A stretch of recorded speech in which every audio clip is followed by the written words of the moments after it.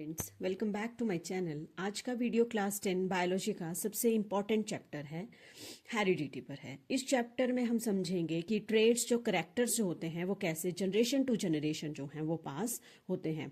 Mendel ने कैसे अपने एक्सपेरिमेंट से इनहेरिटेंस का रूल जो है वो डिस्कवर किया था। डोमिनेंट एंड रिसेसिव करेक्टर कैसे होते हैं। वीडियो के एंड तक आप इस चैप्टर के सारे डाउट जो हैं वो क्लियर हो जाएंगे। Okay, like genes, chromosome, alleles, traits, Mendel law and Punnett square. So let's begin and understand the story of how the traits travel from parents to offsprings. Clear है? तो इस चैप्टर में हम लोग पढ़ेंगे हेरिडिटी के बारे में। तो हेरिडिटी क्या होता है आपका? ये वो प्रोसेस होता है जो कि करेक्टर जो है वो पेरेंट टू ऑफस्प्रिंग जो है वो पास ऑन होते हैं थ्रू द जीन्स। यानी कि जीन्स जो है वो रिस्पॉन्सिबल है आपकी passing of character from parent to offsprings, यानी कि जनरेशन टू जनरेशन जो है वो पास ऑन करती रहती है। वेरिएशन क्या है? यानी कि डिफरेंस है किसके बीच में? इंडिविजुअल के बीच में डिफरेंस है, पर्सन टू पर्सन डिफरेंस करता है, लेकिन जो स्पीशीज जो होती है वो सेम होती है आपकी। क्लियर है? तो टाइप ऑफ वेरिएशन है, टू टाइप के हैं आपके पास, इनहेरिटेड वेरिएशन और एक्वायर्ड वेरिएशन। इनहेरिटेड क्या होती है? जो कि generation to generation pass on होती है। जैसे आपके हेयर कलर हैं, बॉडी की हाइट है, आपकी लेंथ है, ठीक है। एक्वायर्ड वेरिएशन क्या वो एक्वायर्ड क्या होती है? जो हम एक्वायर करते हैं, यानी कि लर्न करते हैं इन्वायरमेंट से, जो कि इनहेरिटेड नहीं है आपकी। क्लियर है? जैसे बॉडी बिल्डिंग है, लर्निंग म्यूजिक है और एक डांसिंग है। क्लियर है? नेक्स्ट वन है जीन्स। तो जीन्स क्या होता है? Genes are unit of heredity present on chromosome, और genes are segment of DNA that carry hereditary information and provide the instruction for building protein which determined an organism trait and function. तो genes क्या हुए आपके पास? ये unit है heredity के, यानी कि ये वो चीज है जो कि पास ऑन होती है क्रोमोसोम के ऊपर प्रेजेंट होती है और पास ऑन होती है जनरेशन टू जनरेशन। तो जीन्स क्या है और क्या बोल सकते हैं इसको? एक ये सेगमेंट है जीएनए का दैट कैरी हेरिडिटी इंफॉर्मेशन, यानी कि ये वो इंफॉर्मेशन जो है वो कैरी करती है और वो इंस्ट्रक्शन भी प्रोवाइड करती है कि कौन सी प्रोटीन जो है वो बननी है एंड ऑर्गेनिज्म में कौन से ट्रेट और कौन से फंक्शन जो है वो पास ऑन होने हैं। क्लियर है?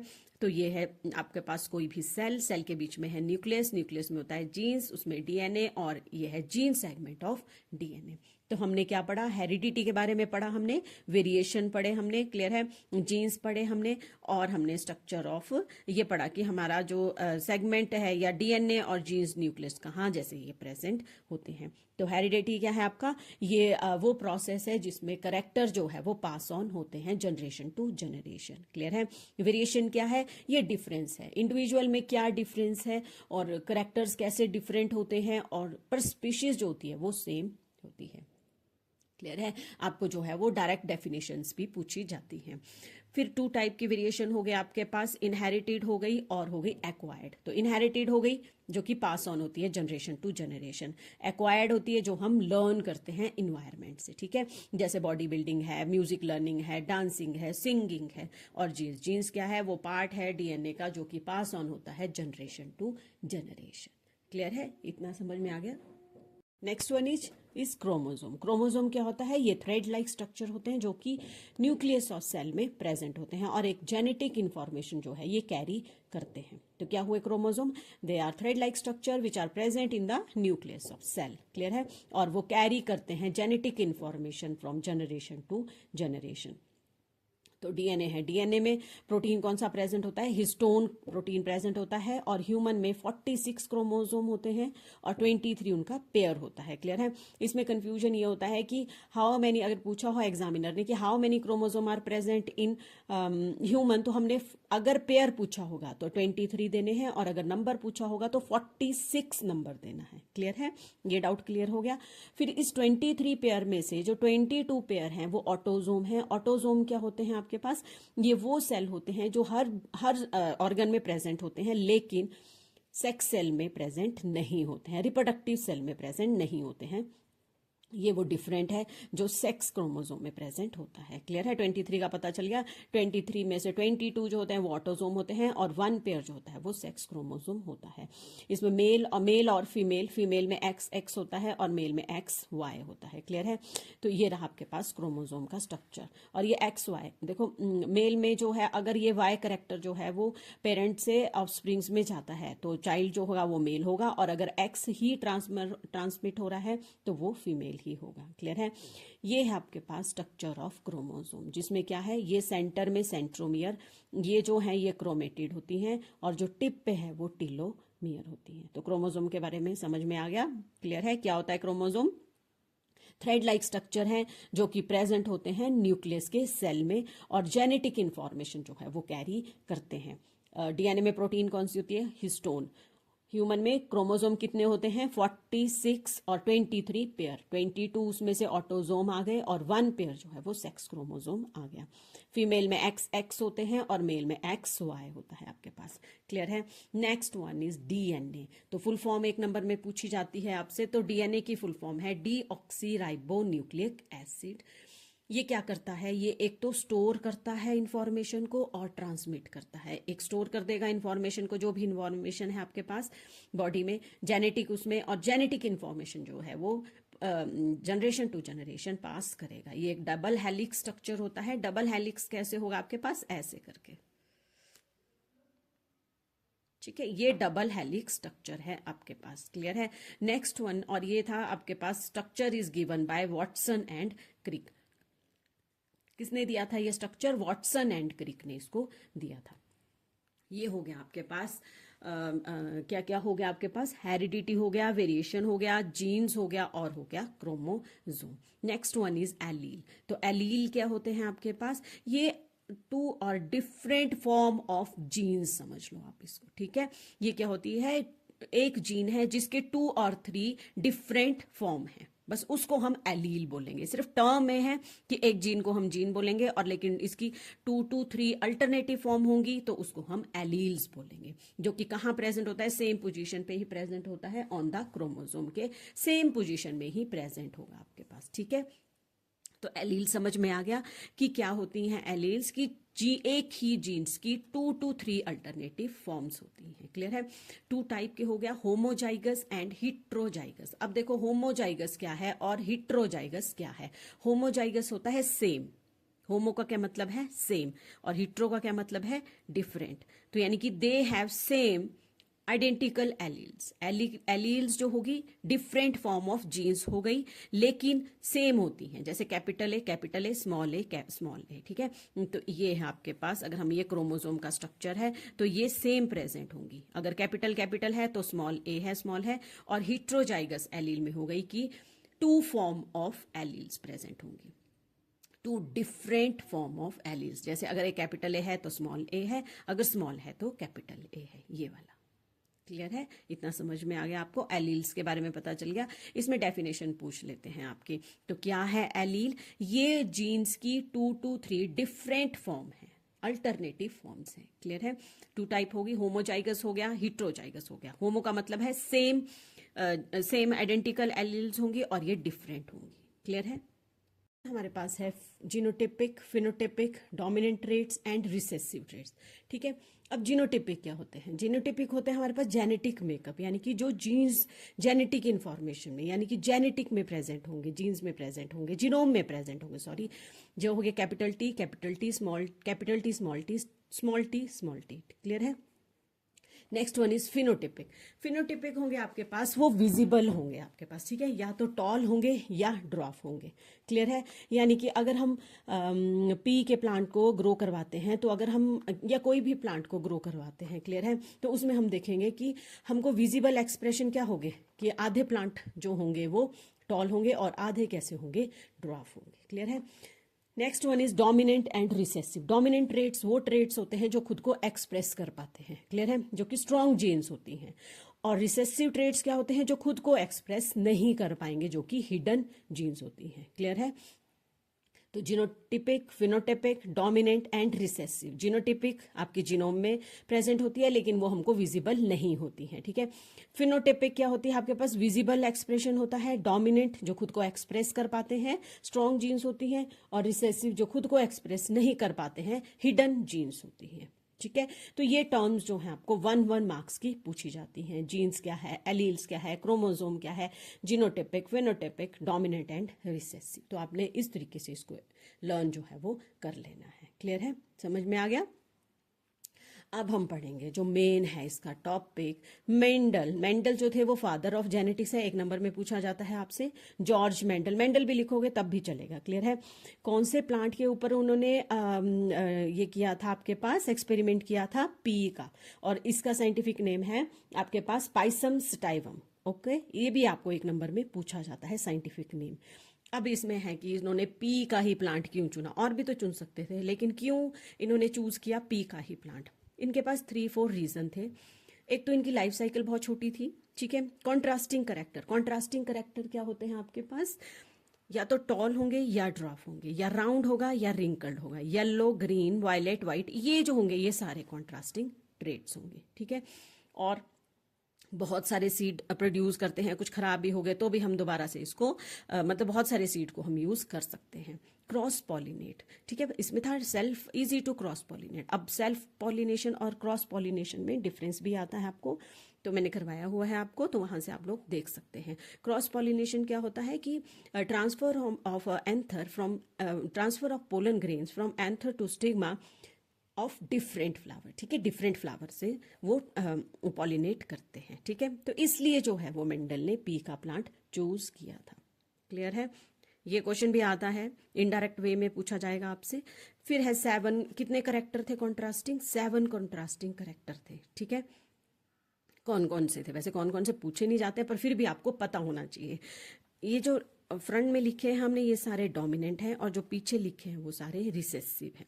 तो डोमिनेंट क्या हुए, जो खुद को एक्सप्रेस कर पाएंगे, स्ट्रॉन्ग जीन्स होंगी इनकी। और रिसेसिव होंगे जो खुद को एक्सप्रेस नहीं कर पाएंगे। क्लियर है। टॉल, ड्वार्फ, तो round, wrinkled, yellow, green, violet, white, green, yellow, inflated, constricted, axial and terminal. तो ये हैं वो 7 कॉन्ट्रास्टिंग करेक्टर जो कि पूछे जाते हैं। ओके, नेक्स्ट है हमारे पास मेंडल एक्सपेरिमेंट, ठीक है। 2 थे हमारे पास एक्सपेरिमेंट, मोनो हाइब्रिड क्रॉस और डाई हाइब्रिड क्रॉस। तो मोनो हाइब्रिड क्रॉस हुई, मोनो का मतलब सिंगल, तो इसमें जो इनहेरिटेंस ऑफ करेक्टर है वो एक ही है, एक ही ट्रेड हमने इसको यूज किया है सिर्फ हाइट पे या टॉल पे, ठीक है। तो इसमें क्या करते हैं हम, टॉल प्लांट लेते हैं और ड्वार्फ लेते हैं। तो इसमें मेंडल ने क्या किया था कि जो पी के प्लांट थे वो ग्रो करवाए थे, और उसमें क्या थे कि उन्होंने देखा कि F1 जनरेशन जो थी वो सारी टॉल हो गई थी, ठीक है। तो इसको आपको 2 to 3 मार्क्स के क्वेश्चंस आते हैं, ठीक है। तो टॉल, इसके गैमीट्स बनेंगे capital T, small T, okay. Gametes हैं, ये पेरेंट जनरेशन है। तो F1 जनरेशन में क्या हुआ कि सारे प्लांट जो थे वो टॉल थे, ठीक है। तो हमने क्या किया, उसको सेल्फ पॉलिनेशन करवा दिया, ठीक है। सेल्फ पॉलिनेशन क्या होता है आपका कि वही हम उसी transfer of a pollen grain from anther to stigma of same flower, ठीक है। तो उसके बाद क्या हुआ आपके पास, तो इसको हमने सेल्फ पॉलिनेशन कराई इसकी, और ये capital T, small T, capital T, small T, इसको इस वे में हम लिखेंगे, ठीक है। ये कैपिटल टी है, स्मॉल टी, फिर इस साइड को भी लिखेंगे कैपिटल टी, स्मॉल टी, फिर इसको जो है हम लोग इससे क्रॉस करवाएंगे। ये कैपिटल टी को इससे क्रॉस कराया और इसको इसके साथ, ठीक है।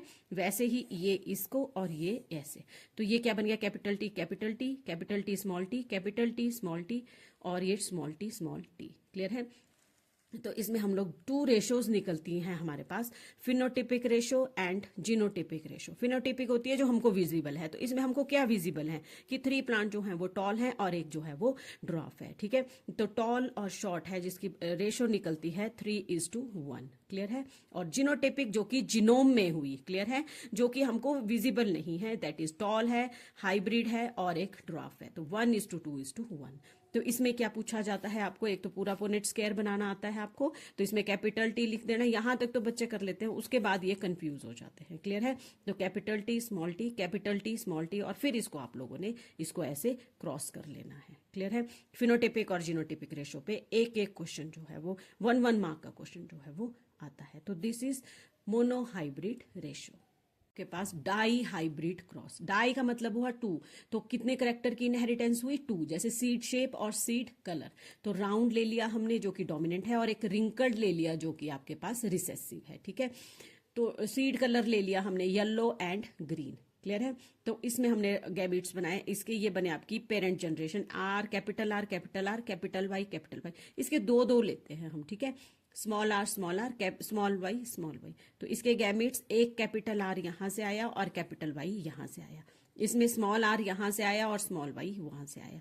ठीक है, जब इनमें जो है वो F1 जनरेशन निकली तो capital R capital Y small Y. तो जिसमें कैपिटल आर और कैपिटल वाई होगा उसमें राउंड और येलो होंगे। क्लियर है? तो ये है आपके पास पूरा जो है पुनेट स्क्वायर जिसको हम लोग बोलते हैं।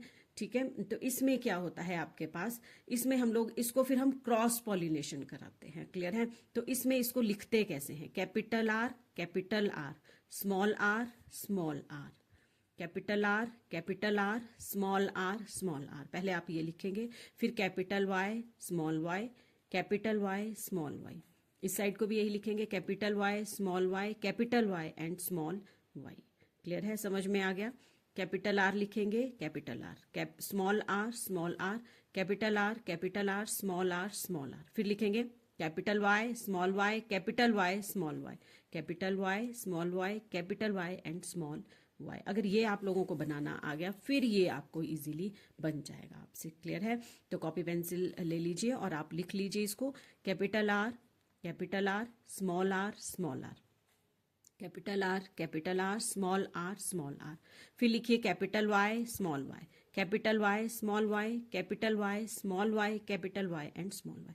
बस फिर इसको इसके साथ करिए, पहले capital R capital Y capital Y, capital R capital Y small Y. बस इस तरीके से आप लोग जब इसको करेंगे तो ये पूरा स्क्वायर जो है वो आपको इजीली बन जाएगा। क्लियर है?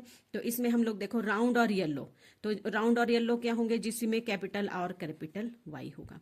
राउंड और ग्रीन की कौन सा होगा? कैपिटल आर और स्मॉल वाई होगा। रिंकल्ड और येलो स्मॉल वाई होगा और कैपिटल आर होगा। और रिंकल्ड और ग्रीन कौन से होंगे? जिसमें स्मॉल होंगे दोनों, कैपिटल स्मॉल वाई और स्मॉल आर आपके पास। तो 9:3:3:1। ठीक है, तो टोटल हो गया आपके पास 16। तो ये है आपके पास डाई हाइब्रिड रेशो, जो मुझे लगता है आप लोगों को समझ में आ गई है। क्लियर है? नेक्स्ट वन है हमारे पास मेंडल लॉ। तो ठीक है, 3 लॉ दिए थे इन्होंने। नंबर 1 था लॉ ऑफ डोमिनेंस, सेकंड है law of segregation, third one is law of independent assortment. ये एज इट इज ही लिखने पड़ेंगे आपको। ठीक है, 1 या 2 मार्क्स के आ जाएगा। लॉ ऑफ डोमिनेंस, अब डोमिनेंट करेक्टर क्या होते हैं? जो कि अपने आप को एक्सप्रेस कर पाते हैं, लेकिन रिसेसिव एलील जो है वो एक्सप्रेस तभी कर पाएगी जब दोनों एलील जो है या दोनों जीन्स की जो अल्टरनेटिंग फॉर्म है वो रिसेसिव होंगी। ठीक है, जो हमने देखा था आपका अभी जो किया था हमने कि स्मॉल वाई स्मॉल आर, एक इसमें रिसेसिव होगा और जो डोमिनेंट है वो तो डोमिनेंट ही रहेगा। क्लियर है? तो law of dominance, dominant allele always express itself in an organism while the recessive allele express only when both alleles are recessive. ठीक है, नेक्स्ट है आपके पास लॉ ऑफ सेग्रीगेशन। सेग्रीगेशन क्या होता है? सेपरेट होना होता है। तो एलील्स यानी कि 2 और अल्टरनेटिव फॉर्म ऑफ जीन्स के जो पेयर होंगे वो सेपरेट होंगे। कब होंगे? जब गैमीट की फॉर्मेशन होगी। क्लियर है? तो जो gamete receive only 1 allele of a pair, तो वो एक ही एलील जो है वो रिसीव करेगा। उस लॉ को बोलेंगे लॉ ऑफ सेग्रीगेशन। नेक्स्ट है law of independent assortment. Alleles of different trait separate independently of each other during the gamete formation. यानी कि जो अल्टरनेटिव फॉर्म थी जीन्स की वो डिफरेंट डिफरेंट करेक्टर जो थी वो पास ऑन करेगी और सेपरेट हो जाएंगे वो इंडिपेंडेंटली जब गैमीट की फॉर्मेशन हो जाएगी। तो ये है आपके पास 3 लॉ ऑफ मेंडल 3 लॉ जो 2 मार्क्स के आपको पेपर में आएंगे। One is sex determination. अब ये आपके चैप्टर का लास्ट टॉपिक है, सेक्स डिटर्मिनेशन, इसमें क्या होता है कि जो it is a biological process that determine the sex of individual, यानी कि ये वो बायोलॉजिकल ये वो प्रोसेस है जिसमें आपके जो है वो सेक्स का पता चलता है इंडिविजुअल का, ठीक है। जब at the time of fertilization, जब फ्यूजन ऑफ मेल और फीमेल गैमीट्स होती है, तभी जो फिटस का पता चल जाता है कि इट इज़ अ बॉय और अ गर्ल। क्लियर है? तो उस प्रोसेस को बोलते हैं हम सेक्स डिटर्मिनेशन। तो हमारे पास हमने बताया था कि कितने ह्यूमन में कितने क्रोमोजोम होते हैं, 46 क्रोमोजोम होते हैं नंबर में, लेकिन पेयर होते हैं 23। क्लियर है? जिसमें 22 पेयर जो है वो ऑटोजोम में है, यानी कि वो हर सेल को बनाएंगे बॉडी के एक्सेप्ट आपके रिप्रोडक्टिव सेल से। और 1 पेयर ऑफ सेक्स क्रोमोजोम जिसमें XX और XY होगा, XX फीमेल का होगा और XY आपका मेल में होगा, ठीक है। तो एग फ्रॉम मदर, मदर से क्या आता है एक्स, जिसके क्रोमोसोम होते हैं XX, और स्पर्म आता है फादर से जो कि XY है। तो फर्टिलाइजेशन मैंने बता दिया कि प्रोसेस ऑफ, ये वो प्रोसेस है जिसमें fusion of male and female gamete होता है। क्लियर है? 1 मार्क का क्वेश्चन ये भी आता है। अब हम इसके भी क्रॉस बनाएंगे। Sex determination in human beings. Clear है? तो फादर से क्या आया XY और मदर से क्या आया XX, इसके गैमीट्स बने XY XX। क्लियर है? फिर हम इसको ऐसे भी आप लोग जो है वो क्रॉस करवा सकते हैं, इसको इसके साथ, फिर इसको इसके साथ, this one is crossed with this and this one is crossed with this. तो XX, फिर इसको, फिर दोबारा से XX, XY XY। तो zygote formed after the fusion of gametes. तो ये गैमीट्स थे और ये जाइगोट बने और फिर ऑफस्प्रिंग्स बने आपके, जो कि 50% फीमेल है और 50% जो है वो मेल है। तो दिस इज ऑल अबाउट आपका हेरिडिटी। क्लियर है? तो आई होप कि आपको सबको समझ में आ गया होगा। Thank you so much for watching. अगर आपको ये चैप्टर जो है वो क्लियर हो गया हो तो वीडियो को लाइक करें और चैनल को सब्सक्राइब ज़रूर करें, अपने फ्रेंड्स के साथ शेयर करें, ताकि जितनी भी मैं बायो की आपको वीडियो बना के दूं, सारे इंपॉर्टेंट टॉपिक बना के दूं, उसकी वीडियो जो है वो आपको टाइम टू टाइम जो है वो मिलती रही। ठीक है? मिलते हैं अगले वीडियो में। Till then keep learning and keep growing. Thank you so much.